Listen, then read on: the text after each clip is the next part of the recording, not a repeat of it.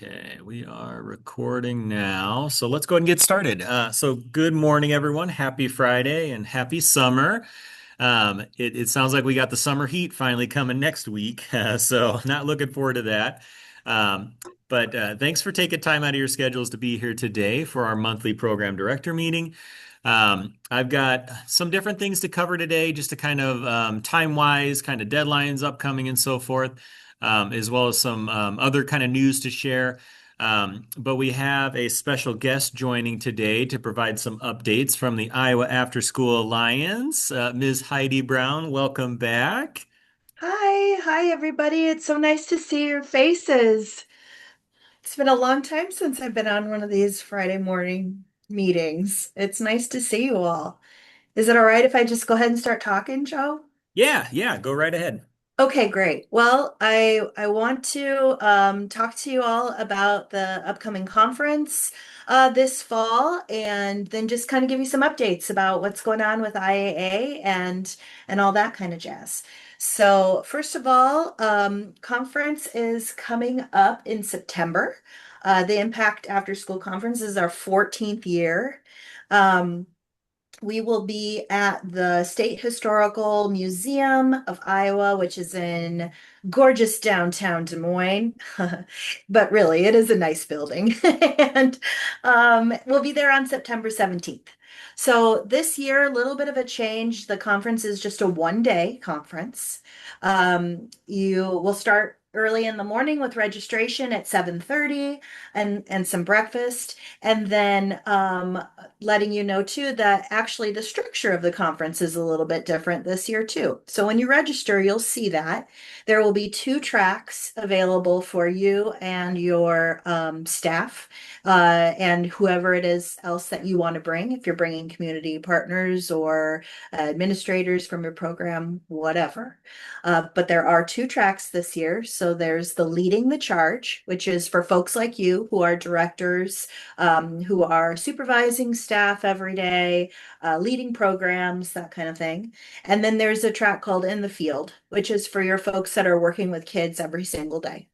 And so the program offerings in each of these different tracks are going to be a little bit different. So of course, for the in the field folks, it's going to be a lot of hands-on takeaway stuff, take home to use right away with students. And then for the directors, there's going to be quite a lot of focus on leading staff, and program development and that type of thing. So I can give you a little bit of an idea about who's going to be there, a little teaser. There's going to be lots more coming out over the next couple of weeks as the schedule is set now. But we will have K-12 Coalition there, which will talk about staff motivation and how to keep staff motivated, how to retain staff, how to supervise, that type of thing. We will have NTAC there, which I have been with us many times in the past and always do wonderful programs. They're going to talk about servant leadership, and I have actually been to that session before years ago. I don't know, some of you may have been to that as well. It was really good, so I'm excited for them to do it again. I hope it's as good as it was when I went to it. Um, We'll have STEM Next and the National Girls Collaborative coming to do a session, which I think will be really interesting around AI and how to use AI in programming. And, they're actually going to do one for leadership and one for people who are working with kids. So then there'll be some safety around that and that type of thing as well. And we will have a wonderful keynote this year. Her name is Michaela Oz. She is an incredible performer. She's a magician, and she has tons of experience in after school and working with after school providers. In fact, gosh, it's been 17 years ago or so now, I actually hired her as a part-time person at one of my after school sites, and she has since gone on to build this incredible business for herself. Been featured on the Today Show. She's been in magazines. She's done all kinds of amazing programs for groups, and she's going to be awesome. Um, let's see, what else can I tell you about? Oh, also, Joe will be doing a little bit of a lunch and learn around the 21st century uh, proposals that'll be due. I know that there will be some changes to the Department of Ed. I'm sure that Joe will talk about how the proposals will be changed, how the RFI will or the RFP will be submitted, that kind of stuff. So you're going to definitely want to attend that at lunchtime. Um, what else can I tell you about the conference? It's going to be really fun. The food's going to be good this year. And since it's a 1 day, I kind of went all out on the food. So yeah, hopefully you'll be happy with that. Although I know I can never make everybody happy. So, bring a banana and a granola bar if you don't like what we're serving. Just kidding. Um, yeah, so I think Joe put the link in the chat. Unfortunately, early bird pricing is over, but pricing this year is really reasonable. Of course, because it's a 1 day as well. There are hotels available within walking distance of the historical building. I cannot tell you off the top of my head if they honor the state rate for travel. I really don't know. That wasn't something that I spent a whole lot of time looking into this year, just because of the differences in the contract. If you happen to find out, let me know and I'll put it on the Facebook, or I'll put it on the page. Or if in the meantime I'm able to do a little bit of research on that, then I will let you guys know that too. But I think with it being a 1 day, if you feel like you don't want to stay overnight, I wouldn't imagine that you would have to. We'll be done by 4:30. So pretty much anywhere you are in the state, I'd imagine you'd be home by 9 o'clock at night if you decided to leave that night. Of course, we'll have an early start, so that would be an early drive if you're coming from, if you're coming from any kind of distance.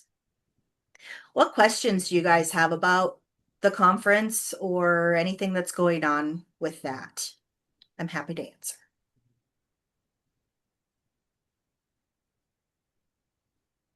Heidi, this is Brian up in Waterloo. Hey, Brian. I think I did that conference a few years ago, the servant leadership, and it was Okay. really good. Oh, cool. But also, is there going to be a block for the hotels or not? No, no, sir. Nope. Now, I will tell you, we didn't do a block for the hotels. There are many around the area and several within walking distance. There's also free parking at the historical building. So if you do decide to stay a little bit farther away from kind of our campus area, there's plenty of parking and it's free. So it should not be hopefully it won't be an issue for anyone.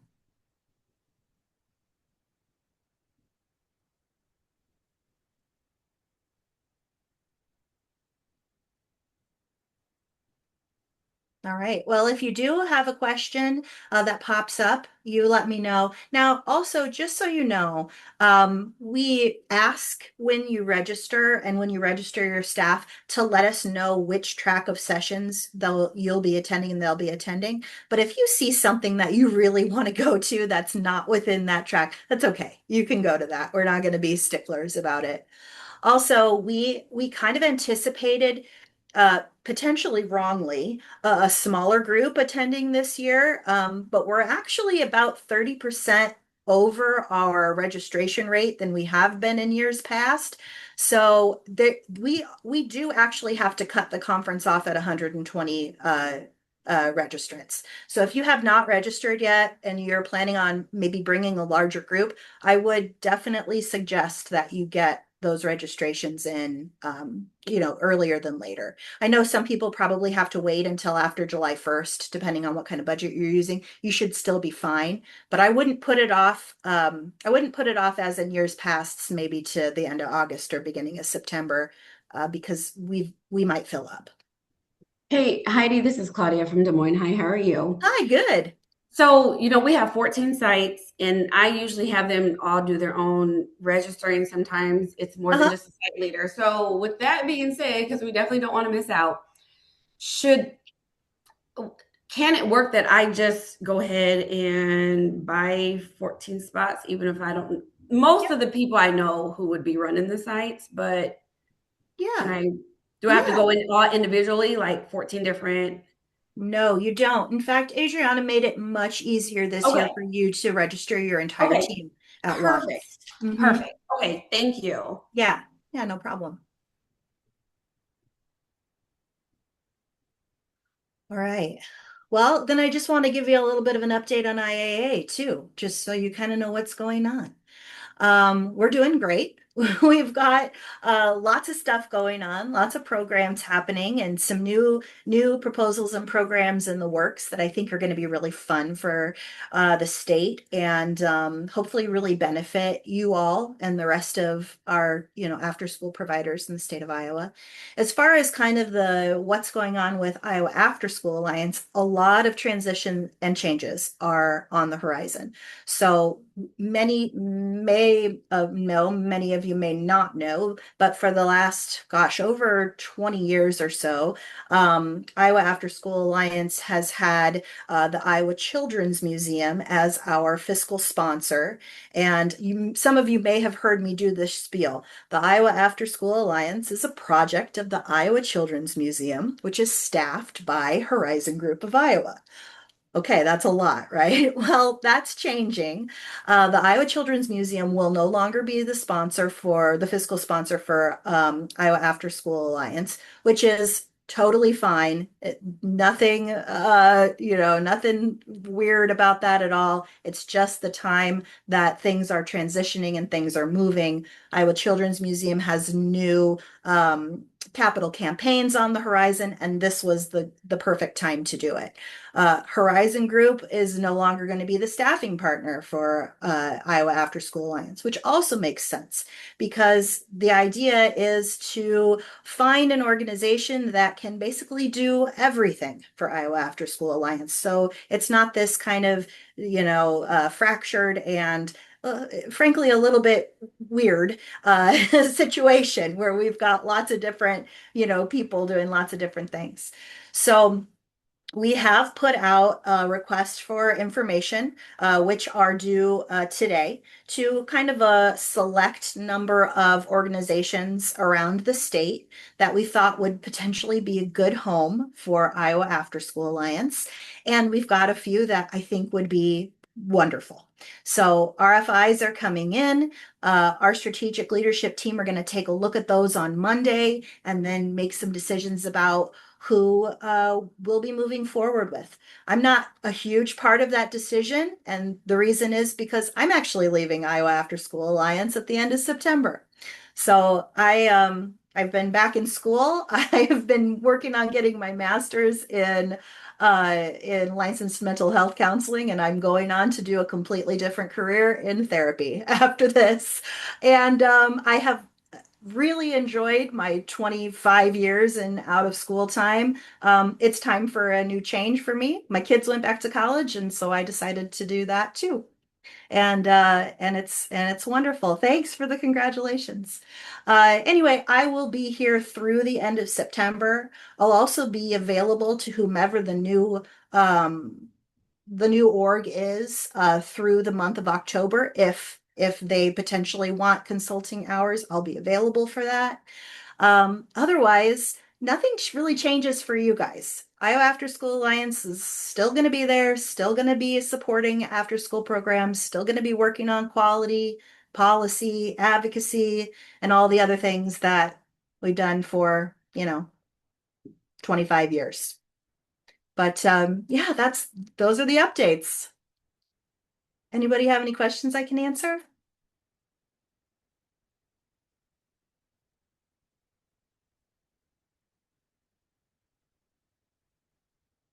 Cool. Well, it was awesome to see everybody. I really appreciate you letting me come this morning, Joe, and talk. And I really hope I see all of you at the conference. It will be really fun. Great. Thank you, Heidi. Yeah, thank you. Reach out if you need anything at all. I'll be here. Very good. All right. Yeah. And I will be registering for the conference today. So I'm getting registered. I'd recommend everyone register. As a quick reminder, there is an expectation that groups send at least one staff member per award cohort. So you are expected to have staff there.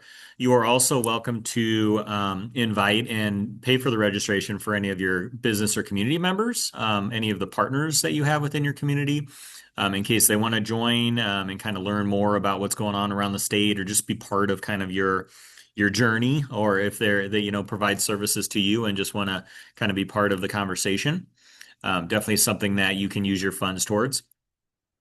But yeah, looking forward to the conference coming up. A couple of other updates I wanted to run through. So there's been some changes at the federal level for some things. There's still conversations about funding. I think I had mentioned last time. Funding is always a conversation at the federal level and something that I don't have any control over.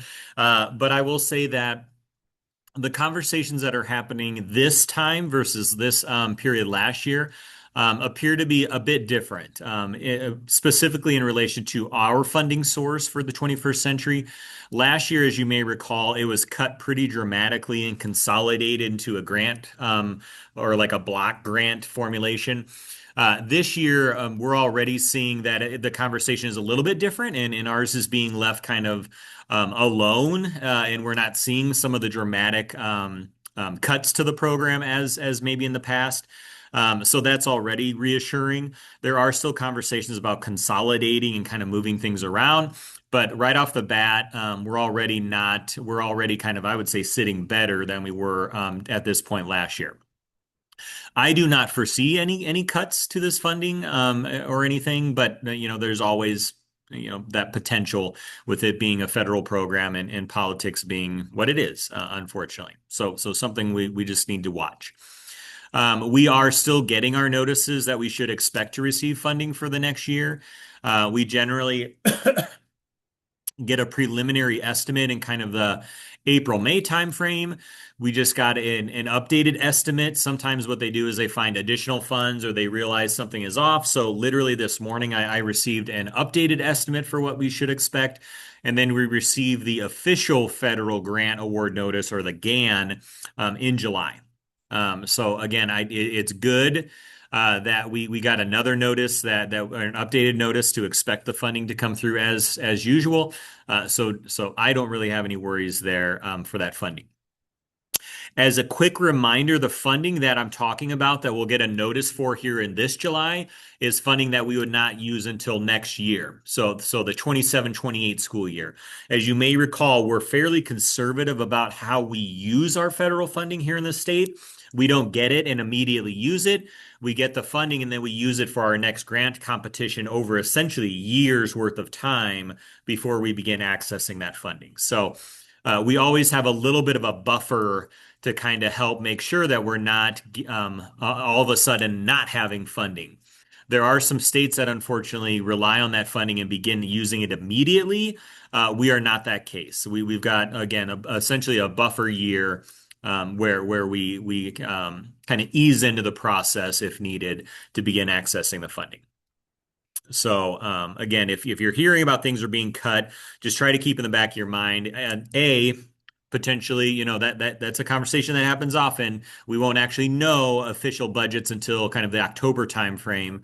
And then also B, if something were to change, it would not impact our immediate year, the 26-27 school year that is about to kick off here. So it would be a year down the road. Still not great news, but it's not something that would immediately impact our programs. But another change at the federal level is so this program, the 21st Century Community Learning Centers Grant Program, is the federal Title IV Part B education funding program. There is a Title IV Part A funding program that is similar in some regards. It's all about student enrichment and supporting teachers and trying to really help students in a lot of really interesting and kind of flexible ways. The big difference between the two, there's a number of differences, but the big difference between Part A and Part B is Part A is almost exclusively in school. Part B is exclusively out of school. So non-school hours. So some Part A funds can be used out of school time, but Part B it has to be out of school, cannot be in school time. At the federal level, the teams at the Federal Department of Education that support those two programs have been combined.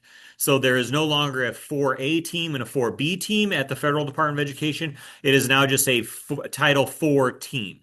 So the program officer that supports the state of Iowa has changed. They used to be just Title IV Part B. Now it's a Title IV Part A person that is taking on Title IV Part B funding and responsibilities. So you may hear about that in the news. I'm not sure if you will. It's not a huge change. They didn't fire people or anything like that. They're just trying to be more efficient with the use of the staff that they have after some of the letdown or the layoffs and some of the early retirements that they were offering. But if you do hear that there's changes in the staffing, I wanted to make you all aware that that's what they're talking about. Instead of those Title A, Title B, it's just a Title IV team now. Are there any questions about that? That shouldn't really impact us at all. It's just a different person that I am now getting support from at the Federal Department of Education. They are also talking about moving the staff, or at least some of their staff, to the Department of Labor, so the U.S. Department of Labor. But again, the services and the funding are not changing. They're just kind of moving people around to different agencies, apparently.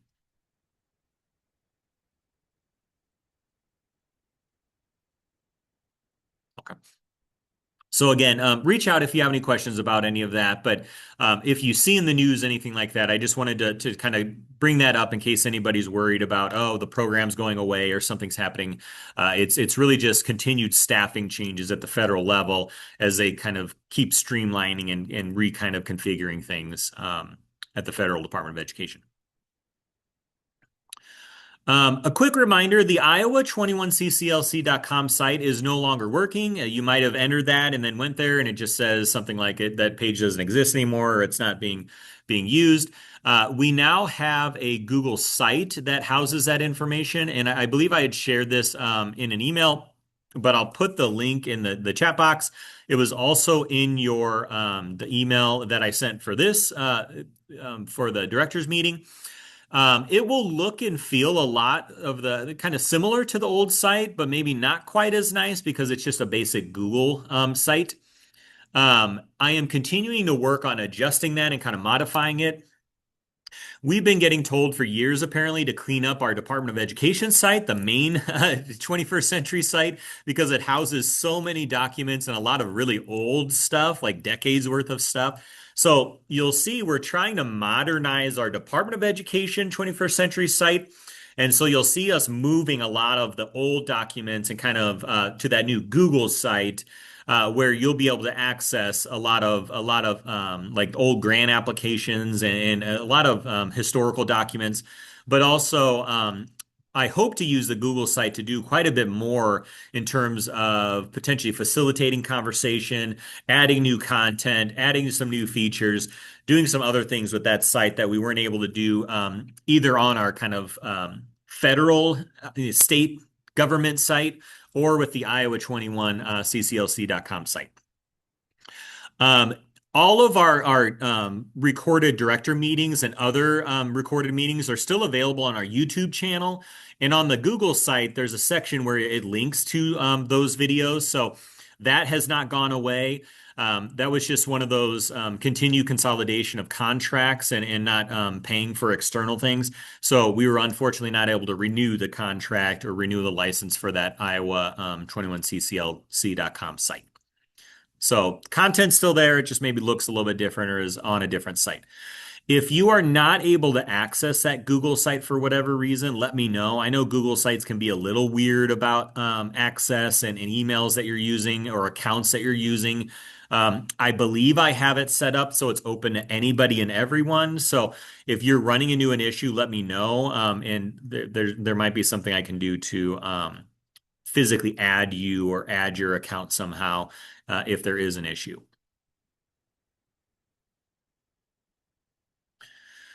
Something else that I think I had mentioned in the director's email, and then there was a separate email that I sent earlier this week. It's hard to believe it's Friday already. It's been kind of a long week. Um, but the process of uploading your contracts into the CASA system, so our online portal system, and then answering a series, I believe it's 5 program assurance questions, is just something that we need to have done to essentially finalize your award funds for the year ahead. I gave you more or less a month to get that completed, just to make sure we have kind of the T's crossed and I's dotted. You're welcome to do that whenever you want, just to make sure that we have everything set up and ready to go. I don't foresee any issues or anything. The funding will be within the CASA system by July 1st, but we need to have that process completed for you to be able to begin accessing those funds and be able to submit your quarterly reimbursements for first quarter, which I know isn't until quite some time.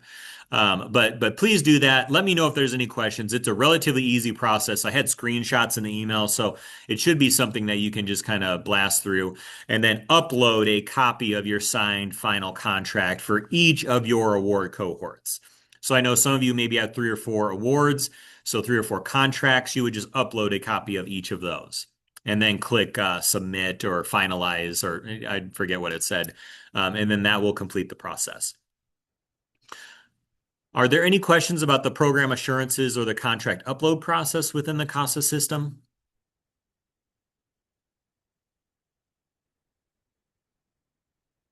Okay. It looked like we had, I want to say 4 or 5 groups had already done that. I know everybody's busy, particularly those that have summer programs, but if you could take some time to do that, that'd be great. And we can kind of check that box and move on. The fourth quarter claims are now open, and then we have a due date, so that closes on July 15th. You do still have quite a bit of time, and as I know Heidi had mentioned, and I had mentioned before, I know many of you are probably waiting until the end of the fiscal year, so June 30th, just to try to make sure you kind of finalize everything before you submit stuff on July 1st or those first couple weeks of July. But you can maybe begin working on them, or if you don't need to wait, maybe you're already done. You maybe don't have summer programs, so you're kind of have already wrapped things up within the May-June timeframe, beginning of June here. Feel free to go in and start working on those. And then I'm trying to kind of watch them a little bit more closely as they come in. So if there are any questions, I can get those to you as quick as possible so we can turn those around and get you reimbursed as quickly as possible. I received carryover estimates from most of you, but I just want to give a quick warning. If I don't get an estimate, and then so it kind of catches us off guard when we're loading the funding amounts in CASA, there's a potential that we won't allow as much as you're hoping to receive. We generally allow up to 15% to be carried over unless you've kind of talked to me and we've gotten a waiver, essentially, an approval to carry over more than that. But if we've had no conversation and then suddenly there's this large amount that you're just expecting to carry over, I'm not going to guarantee that. So let's have that conversation before we run into any of those issues and make sure that we're all on the same page so you don't get surprised when you see the funds open in the CASA system. So let me know if you haven't already, and we can kind of work through the details on that. You do still have some time, not a lot of time, 4 days to spend money down for the fourth quarter. As a quick reminder, that's the end of the fiscal year, so June 30th, which is fast approaching. So if you have a lot of funds, hopefully we've already chatted. I know we've had conversations, a number of you, about where to maybe spend some of that money down before we potentially lose it. But reach out if you are running into an issue where maybe you had hoped this week or next week to spend more money down and it's just not working out. That might be something that we can have a conversation on, and then to try to figure out how to maybe use that in the year ahead to carry over some of those funds. Are there any questions about fourth quarter claims or carryovers, spending things down? Joe, this is Lynn in Storm Lake. Mhm. So I had sent an email back in May sometime about requesting carryover. I haven't heard anything back. Is that I just want to make sure it's been received is I guess. Okay. I'll take a look. Was it within that 15% allowed? Yes. Okay, then yeah, it's approved. If it was Okay. under that 15% or within 15%, that's fine. Yep. Okay. Yep. Thank you. Yep. No, no explanation is really required as long as it's under that 15% threshold. Yep.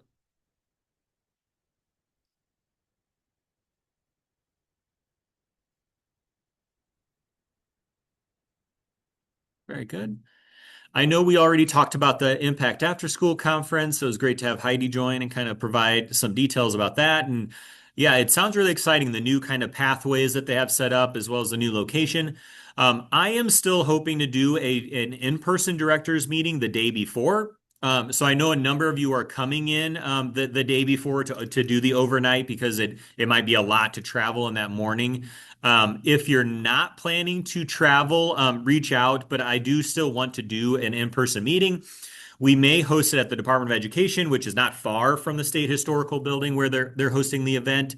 But that might be something that we do the evening or the afternoon ahead of the meeting, so the day before, because I always like to just have an in-person meeting. If for some reason, again, you're not going to be traveling, we can maybe do a virtual option and have you Zoom in to join. But I do always like to see, and you just get more accomplished maybe in that in person. And I'm looking at potentially having some other groups come to provide even potentially some additional training and support in that day before. So not like a conference necessarily, but maybe doing a meeting from like 2 to 4 the day before, or 1 to 3 or something like that. Maybe an extended kind of directors meeting that we can do a little bit more than just like a brief monthly virtual check-in. But I'm hoping to have more information about that for everyone here shortly. Are there any questions about the Impact Conference or that in-person meeting the day before?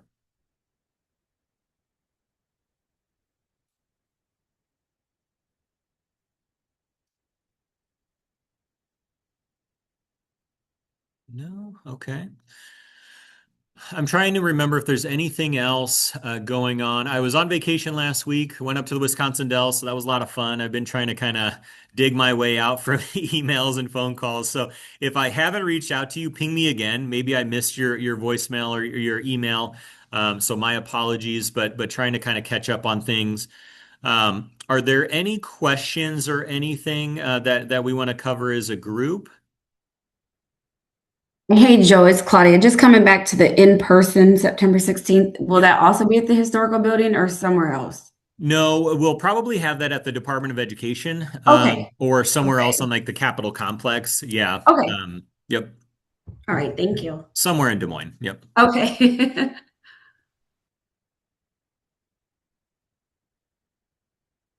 We have a beautiful building. For those of you who've never been here, an interesting experience. I'll just say that.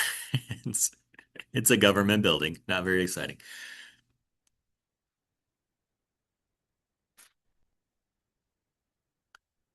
Okay, I will maybe stop share and then turn off the recording.